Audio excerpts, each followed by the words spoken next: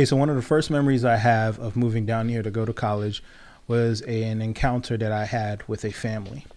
Now, when I arrived at the dorms, I was by myself. I was hauling luggage and trying to get moved in and situated, and it's chaos usually on those days. And I had to actually go to a building across from me to go get my student ID and get started and get going. Well, I'm by myself and I have all this luggage with me.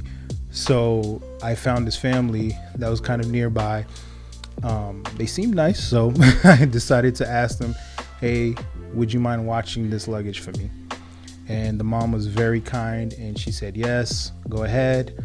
And I ran across the street, got my ID, came back, and so on and so forth. Well, this family ended up being the family of the young man that I would come to call my best friend throughout college and even till this day. And I'll never forget that encounter because it just goes to show you how things came full circle. And I'm grateful for them because they've been such an incredible blessing on my life. And not just them, but my roommate as well that I encountered the following year. His family was kind of the same thing. And both of these families would pour into me as if I was one of their own. They gave me groceries, whether it was putting money in my pocket, whatever they had to do to help me, and they loved me, took me on vacations with them, and I felt like I was part of their family. And while my family was so far away, it was so comforting to have these people bless me the way they did with their love and with their resources, and I couldn't be more thankful. And it just reminds me that this, I believe, is what God's true intended purpose is with blessings. See, when God chooses to blesses us with certain things, he's looking for us to do the responsible thing of reaching out and pouring into those around us.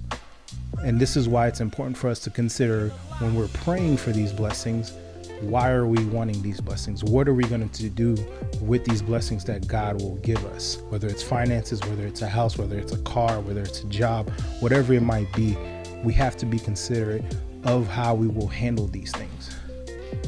It makes me think of the story of the Good Samaritan, where Jesus explains to the religious leader of who essentially asks, who is my neighbor?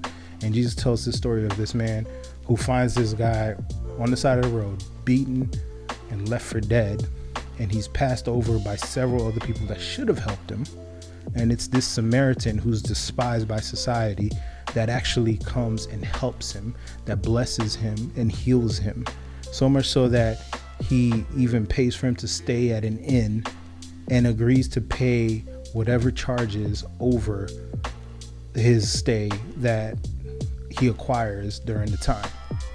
This is the kind of character that God is looking for when he's blessing us with these things. This is what he's looking for us to steward properly with the things that he blesses us with. So when you're praying and asking God for these things, think about what you're going to do with them. Think about how you're going to properly steward these things, because that's a very important thing when it comes to blessings. Blessings aren't just for us to hoard. They're not for us to build up wealth here on this earth. They're for us to reach out and help those that might be in a different season of life as compared to us.